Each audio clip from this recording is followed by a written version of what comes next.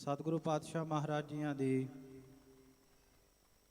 साजी और निवाजी हुई गुरमुख माई भाई गुरु प्यारे गुरु सवारी परम सन्मान योग साध संगत जी, आप सर्व बड़भागे हो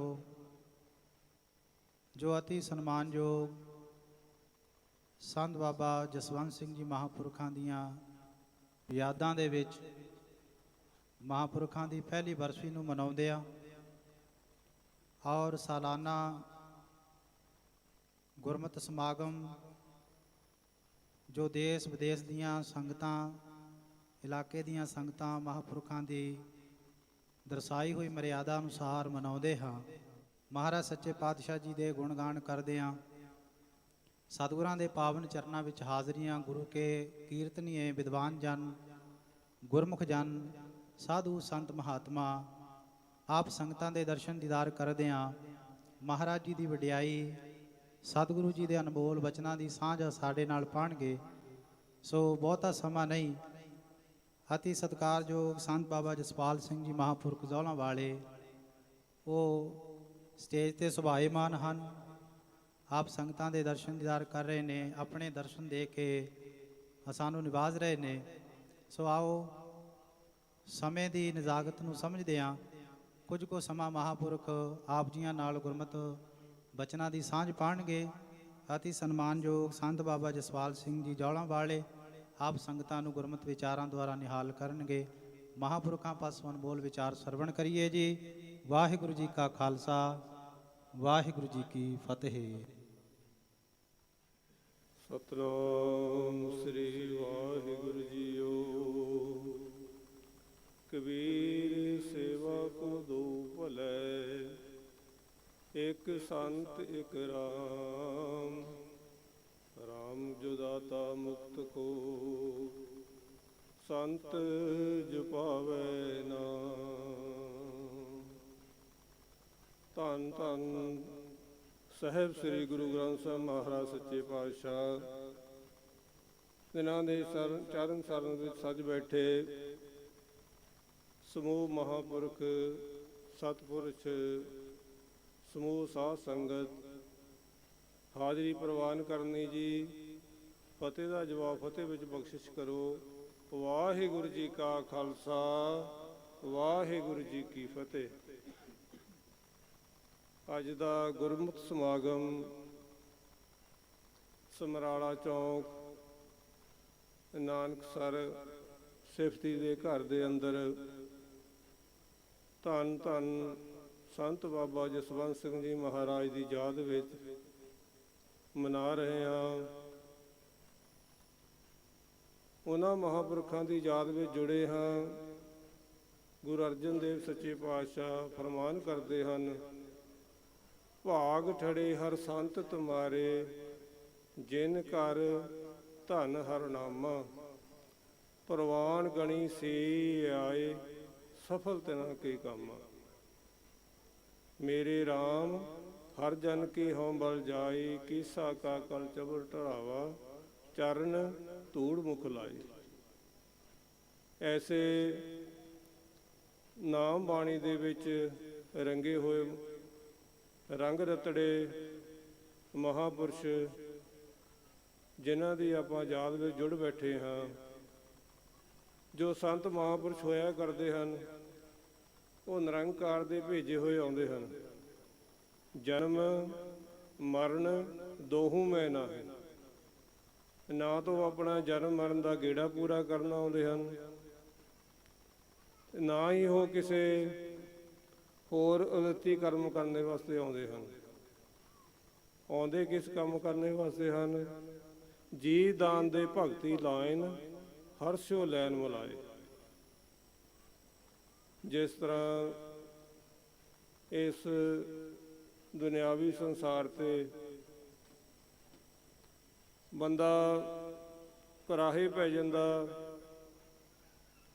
ते जो सरकारां दे राजियां दे कानून कायदे होया करदे आ उन्होंने जेल दे विच पा दिता जाया करदा उहदा सुधार करने वास्ते।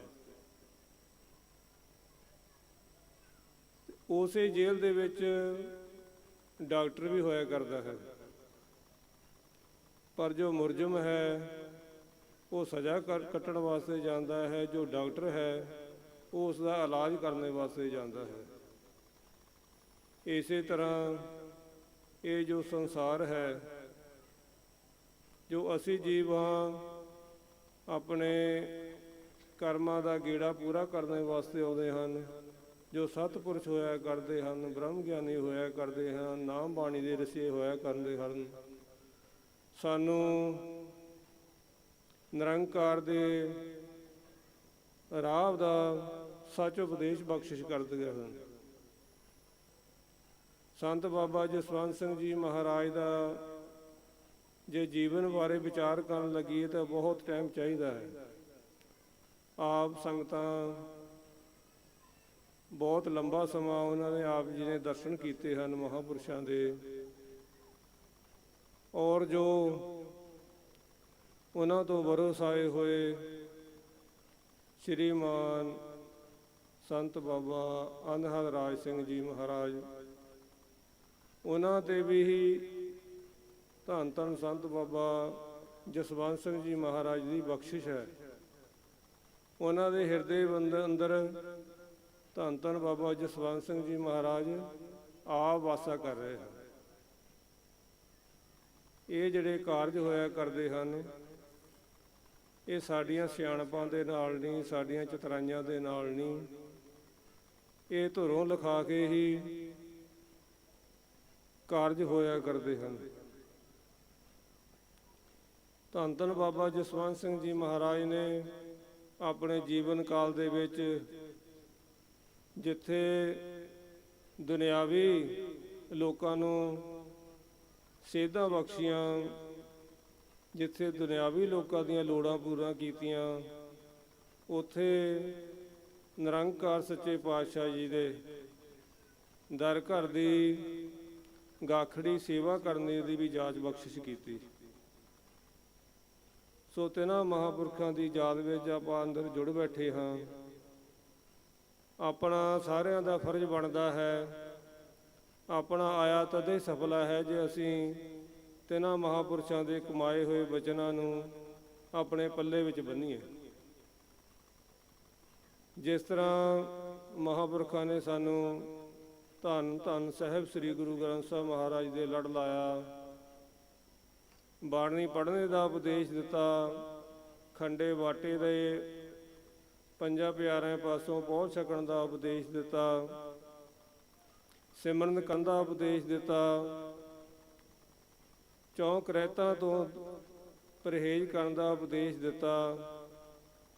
ਆਪਣਾ ਫਰਜ਼ ਬਣਦਾ ਸੱਚੀ ਸ਼ਰਧਾ ਸਾਡੀ ਇਹੀ ਹੈ ਵੀ ਅਸੀਂ ਉਹਨਾਂ ਮਹਾਂਪੁਰਖਾਂ ਦੇ ਇਸ ਬਚਨਾਂ 'ਤੇ ਪਹਿਰਾ ਦਈਏ ਔਰ ਧੰਨ ਧੰਨ ਸਾਹਿਬ ਸ੍ਰੀ ਗੁਰੂ ਗ੍ਰੰਥ ਸਾਹਿਬ ਮਹਾਰਾਜ ਦੇ ਚਰਨਾਂ 'ਚ ਅਰਦਾਸ ਕਰੀਏ। ਜੋ ਮਹਾਂਪੁਰਸ਼ ਹੁਕਮ ਕਰਿਆ ਕਰਦੇ ਸਨ, ਮਹਾਰਾਜ ਦਾ ਫਰਮਾਨ ਹੈ ਧੰਨ ਧੰਨ ਗੁਰੂ ਅਰਜਨ ਦੇਵ ਮਹਾਰਾਜ ਦਾ, ਸੋਰਠ ਮਹੱਲਾ ਪੰਜਵਾਂ, ਕਾਮ ਕ੍ਰੋਧ ਲੋਭ ਝੂਠ ਨਿੰਦਾ ਇੰਤੇ ਆਪ ਛਡਾਵੋ। ਸਾਨੂੰ ਸੱਚੇ ਪਾਤਸ਼ਾਹ ਨਿਰੰਕਾਰ ਦੇ ਚਰਨਾਂ 'ਚ ਅਰਦਾਸ ਕਰਨ ਦੀ ਜਾਚ ਦੱਸਦੇ ਹਨ। ਜੋ ਕਾਮ ਕ੍ਰੋਧ ਲੋਭ ਮੋਹ ਹੈ, ਅਸੀਂ ਆਪ ਨਹੀਂ ਛੁੱਟ ਸਕਦੇ। ਮਹਾਂਪੁਰਖਾਂ ਨੇ ਸਾਨੂੰ ਇਹ ਦ੍ਰਿੜ ਕਰਾਇਆ ਵੀ ਗੁਰੂ ਸਾਹਿਬ ਦੇ ਕੋਲੋਂ ਜਾਚ ਕਿੱਦਾਂ ਅਰਦਾਸ ਬੇਨਤੀ ਕਰਨੀ ਹੈ। ਸੋਰਠ ਮਹੱਲਾ ਪੰਜਵਾਂ, ਕਾਮ ਕ੍ਰੋਧ ਲੋਭ ਝੂਠ ਨਿੰਦਾ ਇੰਤੇ ਆਪ ਛਡਾਵੋ, ਇਹ ਪੀਤੇ ਤੇ ਇਨਕੋ ਡਾਰੋ, ਆਪਨ ਨਿਕਟ ਬੁਲਾਵੋ, ਆਪਣੀ ਵਿਦਾਪ ਜਨਾਵੋ, ਹਰ ਜਸ ਮੰਗਲ ਗਾਵੋ। ਆਪਾਂ ਧੰਨ ਧੰਨ ਸਾਹਿਬ ਸ੍ਰੀ ਗੁਰੂ ਗ੍ਰੰਥ ਸਾਹਿਬ ਮਹਾਰਾਜ ਚਰਨਾਂ 'ਚ ਅਰਦਾਸ ਬੇਨਤੀ ਹੈ ਸੱਚੇ ਪਾਤਸ਼ਾਹ, ਇਹ ਜੋ ਧੰਨ ਧੰਨ ਸੰਤ ਮਹਾਰਾਜ ਬਾਬਾ ਜਸਵੰਤ ਸਿੰਘ ਜੀ ਮਹਾਰਾਜ ਦੀ ਲਾਈ ਹੋਈ ਫੁਲਵਾੜੀ ਹੈ, ਤਿਨਾਂ ਦੇ ਸਾਜੇ ਨਵਾਜੇ ਮਹਾਂਪੁਰਸ਼ ਸੰਗਤ ਹੈ, ਤਿਨਾਂ 'ਤੇ ਆਪਣੇ ਮਿਹਰ ਭਰਿਆ ਸੀਸ 'ਤੇ ਹੱਥ ਰੱਖਣਾ। ਇਸੇ ਤਰ੍ਹਾਂ ਇਹ ਜੋ ਅਦਾਰਾ ਹੈ, ਇਹ ਜੋ ਵਿਕੁੰਠ ਧਾਮ ਹੈ, ਇਸੇ ਤਰ੍ਹਾਂ ਸੰਗਤਾਂ ਨੂੰ ਨਾਮ ਬਾਣੀ ਦਾ ਮਹਿਕ, ਨਾਮ ਬਾਣੀ ਦੀਆਂ ਸੇਧਾਂ, ਨਾਮ ਬਾਣੀ ਦੀਆਂ ਬਖਸ਼ਿਸ਼ਾਂ ਬਖਸ਼ਦਾ ਰਹੇ। ਧੰਨ ਧੰਨ ਮਹਾਂਪੁਰਸ਼ ਸੰਤ ਬਾਬਾ ਅਨਹਦ ਰਾਜ ਸਿੰਘ ਜੀ ਦੇ ਆਪ ਜੀ ਨੇ ਮਿਹਰ ਭਰਿਆ ਸੀ ਤੇ ਹੱਥ ਰੱਖਣਾ।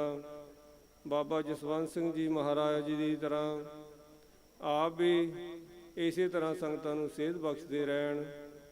ਇੰਨੀਆਂ ਹੀ ਅਰਦਾਸ ਬੇਨਤੀਆਂ ਪ੍ਰਵਾਨ ਕਰਨੀਆਂ। ਫਤਿਹ ਦਾ ਜਵਾਬ ਫਤਿਹ ਵਿੱਚ ਬਖਸ਼ਿਸ਼ ਕਰਨਾ ਜੀ। ਵਾਹਿਗੁਰੂ ਜੀ ਕਾ ਖਾਲਸਾ, ਵਾਹਿਗੁਰੂ ਜੀ ਕੀ ਫਤਿਹ। ਵਾਹਿਗੁਰੂ ਜੀ ਕਾ ਖਾਲਸਾ, ਵਾਹਿਗੁਰੂ ਜੀ ਕੀ ਫਤਿਹ। ਸੋ ਬਹੁਤ ਬਹੁਤ ਧੰਨਵਾਦ। ਸਤਿਕਾਰਯੋਗ ਸੰਤ ਬਾਬਾ ਜਸਵਾਲ ਸਿੰਘ ਜੀ, ਜਿਨ੍ਹਾਂ ਨੇ ਗੁਰਮਤਿ ਵਿਚਾਰ ਦੁਆਰਾ ਆਪ ਸੰਗਤਾਂ ਨਾਲ ਸਾਂਝ ਪਾਈ ਹੈ ਔਰ ਅਨਮੋਲ ਵਚਨ ਸੰਗਤਾਂ ਨੂੰ ਸੁਣਾਉਣਾ ਕੀਤੇ ਹਨ। ਸਿੰਘ ਸਾਹਿਬ ਗਿਆਨੀ ਜਗਤਾਰ ਸਿੰਘ ਜੀ ਹੈੱਡ ਗ੍ਰੰਥੀ ਸ੍ਰੀ ਦਰਬਾਰ ਸਾਹਿਬ, ਉਹ ਵੀ ਵਿਸ਼ੇਸ਼ ਤੌਰ ਤੇ ਪਹੁੰਚੇ ਨੇ, ਮਹਾਂਪੁਰਖਾਂ ਦਾ ਸਨਮਾਨ ਕਰ ਰਹੇ ਹਨ। ਬੋਲੇ ਸੋ ਨਿਹਾਲ। ਗੁਰੂ ਪਾਤਸ਼ਾਹ ਮਹਾਰਾਜ ਦਿਆਲਤਾ ਕਰਨ। ਮਹਾਂਪੁਰਖਾਂ ਦਾ ਫਿਰ ਤੋਂ ਬਹੁਤ ਬਹੁਤ ਧੰਨਵਾਦ, ਜਿਨ੍ਹਾਂ ਨੇ ਅਨਮੋਲ ਬਚਨਾਂ ਦੁਆਰਾ ਸਰਬ ਸੰਗਤਾਂ ਨਾਲ ਸਾਂਝ ਪਾਉਣਾ ਕੀਤੀ ਹੈ।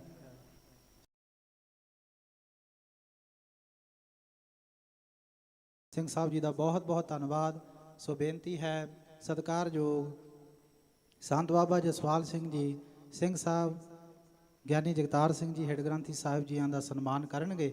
ਸੋ ਮਹਾਂਪੁਰਖਾਂ ਨੂੰ ਬੇਨਤੀ ਹੈ ਕਿ ਉਹ ਆਪਣਾ ਸਨਮਾਨ ਬਾਬਾ ਜੀਆਂ ਦੇ ਪਾਸੋਂ ਪ੍ਰਾਪਤ ਕਰਨ ਜੀ।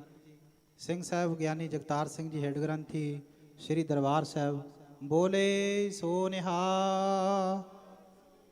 ਨਾਲ ਹੀ ਬੇਨਤੀ ਹੈ ਜੀ ਪ੍ਰੋਫੈਸਰ ਹਰਬੰਸ ਸਿੰਘ ਬੁਲੀਨਾ, ਉਹ ਵਿਸ਼ੇਸ਼ ਤੌਰ ਤੇ ਸੰਗਤਾਂ ਦੇ ਦਰਸ਼ਨ ਕਰਨ ਵਾਸਤੇ ਪਹੁੰਚੇ ਹਨ, ਉਹਨਾਂ ਦਾ ਵੀ ਸਨਮਾਨ ਮਹਾਂਪੁਰਖ ਕਰਨਗੇ। ਪ੍ਰੋਫੈਸਰ ਹਰਬੰਸ ਸਿੰਘ ਜੀ ਬੁਲੀਨਾ, ਉਹਨਾਂ ਦਾ ਵੀ ਸਨਮਾਨ ਮਹਾਂਪੁਰਖ ਔਰ ਸਿੰਘ ਸਾਹਿਬ ਗਿਆਨੀ ਜਗਤਾਰ ਸਿੰਘ ਜੀ ਹੈੱਡ ਗ੍ਰੰਥੀ ਜੀ ਮਿਲ ਕਰਕੇ ਗੁਰਮੁਖਾਂ ਦਾ ਸਤਿਕਾਰ ਕਰਨਗੇ। ਬੋਲੇ ਸੋ ਨਿਹਾਲ। ਪੰਜ ਪਿਆਰੇ ਸਿੰਘ ਸਾਹਿਬਾਨਾਂ ਦਾ ਜੀ ਬਹੁਤ ਬਹੁਤ ਧੰਨਵਾਦ ਜੀਓ ਆਇਆਂ ਨੂੰ। ਸਾਬਕਾ ਹੈੱਡ ਗ੍ਰੰਥੀ ਸਿੰਘ ਸਾਹਿਬ ਗਿਆਨੀ ਸੁਖਵਿੰਦਰ ਸਿੰਘ ਜੀ ਤਖਤ ਸ੍ਰੀ ਕੇਸਗੜ੍ਹ ਸਾਹਿਬ ਸ੍ਰੀ ਅਨੰਦਪੁਰ ਸਾਹਿਬ ਤੋਂ ਪਹੁੰਚੇ ਨੇ, ਜੀਓ ਆਇਆਂ।